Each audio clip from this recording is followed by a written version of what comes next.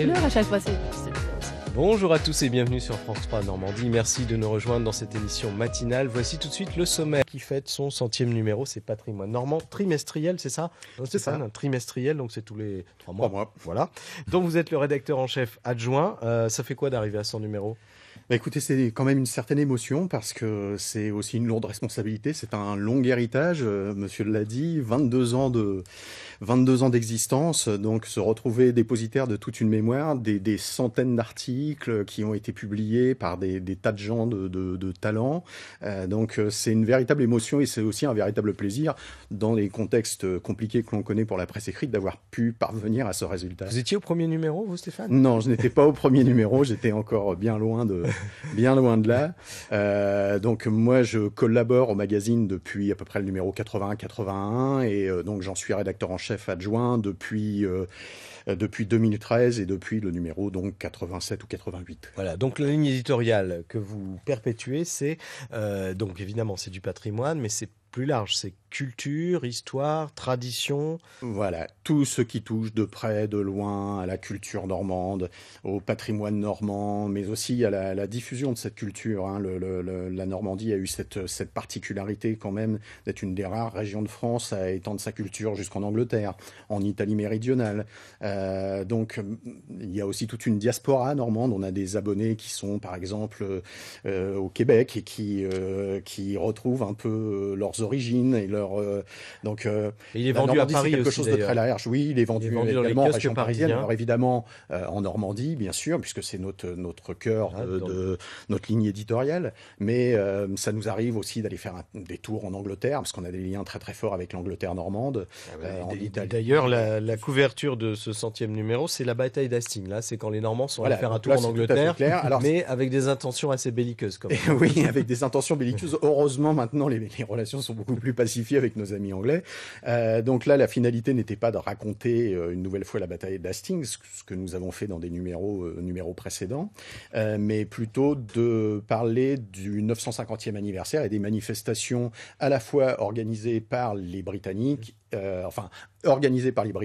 où ils ont invité des reconstitueurs, notamment normands. Alors il y avait des centaines de gens qui faisaient de la reconstitution historique qui étaient présents pour redonner une image vivante, entre guillemets, du 14 octobre 66. Alors il y a aussi dans ce numéro 100, il y a le château de Carouge. Parlez-nous de ce château. Alors c'est pas le plus connu. Hein. Non, c'est peut-être pas un des plus connus, mais c'est vraiment un des plus attachants. C'est un véritable petit joyau dans l'Eurne, alors pas très loin de la forêt de Maniel-Découvre, donc dans un cadre naturel absolument magnifique. C'est vraiment un endroit fantastique et il est posé sur ces douves, enfin au milieu de ces douves en eau, un petit joyau qui naît au Moyen-Âge, dans les années 1380. Et voilà, on en voit là des images. C'est un des rares endroits où j'ai pu toucher du doigt des machicoulis. C'est assez peu banal, parce qu'en général, on les voit tout en haut des tours, ils sont perdus là-haut. Mais là, vous pouvez, dans les salles internes, vous pouvez aller toucher du doigt les machicoulis. Donc c'est vraiment un site qui va évoluer pendant tout le Moyen-Âge et à la Renaissance et qui va rester très très longtemps habité jusque dans les années 1920. On en voit quelques images. Il faut lire le dossier complet. Donc en plus, on peut aller visiter la forêt des Couves, on peut aller se promener. On peut aller se promener dans la forêt des Couves qui est absolument magnifique. Oui, c'est la plus grande forêt de l'Ouest.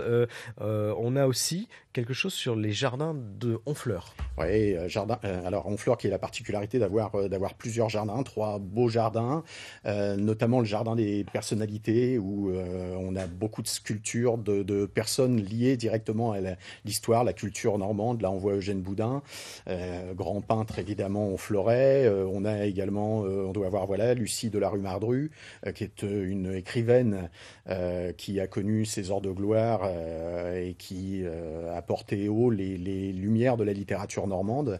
Donc tout ça nous intéresse évidemment beaucoup et le jardin des sculptures a la particularité justement de nous permettre de faire un tour des gens qui ont fait la culture normande en se baladant simplement et en flânant dans un jardin. Voilà, parce que vous êtes évidemment dans les 5 départements normands, hein, dans chaque numéro de ce magazine. Et puis là, vous allez parler, puisque c'est d'actualité, du carnaval de Granville. Bien C'est sûr, le incontournable. carnaval de Granville. Alors la Normandie a la particularité maintenant d'être la région de France, ou au moins une des régions de France, on n'a pas tout à fait compté, mais qui a le plus de sites ou d'événements classés à l'UNESCO. Donc le carnaval de Granville vient de rejoindre un club très fermé, hein, très sélect, dont on peut être très très fier en Normandie, avec un patrimoine exceptionnel. On en voit quelques images. Donc ce carnaval est maintenant classé au patrimoine immatériel de l'humanité. C'est une belle reconnaissance. Et en attendant, on l'espère bien évidemment, les plages du débarquement peut-être dans quelques temps. Ouais, et donc on en parlera dans le magazine forcément, parce que ça fait Dont partie on parlera du patrimoine. évidemment. Voilà, ça fait partie du patrimoine et ça montre aussi le spectre que l'on peut aborder dans le magazine. Donc on apprend plein de choses dans ce patrimoine normand, comme chaque sortie de numéro. Je précise donc qu'il est dans tous les kiosques en Normandie, mais aussi à Paris, que si on veut le commander, on peut aller sur votre site internet, Exactement. Patrimoine Normand. Et puis le plus simple aussi, c'est de s'abonner. Quel tirage de ce magazine ? Une dizaine de milliers d'exemplaires à peu près, Voilà. à chaque fois. Alors, comme c'est un anniversaire, vous nous avez amené des cadeaux, puisque vous nous avez amené des exemplaires de ce magazine qu'on va vous faire gagner tout de suite. Je vais vous poser une question très simple. Si vous avez bien suivi l'émission, dans quelle ville va s'ouvrir le théâtre à l'Ouest dont nous a parlé Loïc, un théâtre réservé aux humoristes? Dans quelle ville va-t-il ouvrir?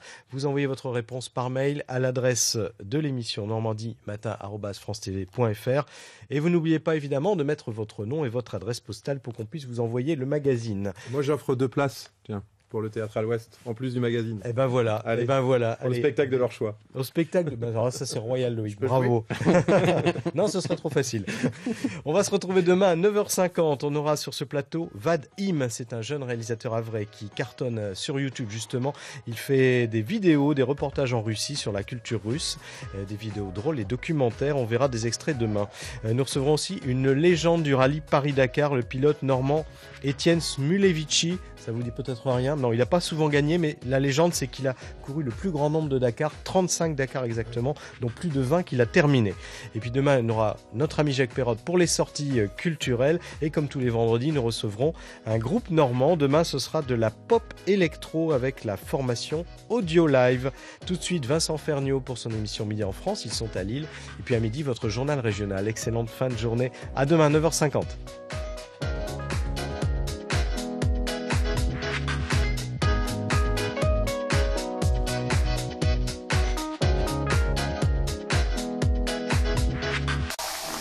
Ah les amis, sous un soleil de la Flandre maritime, revenu ici sur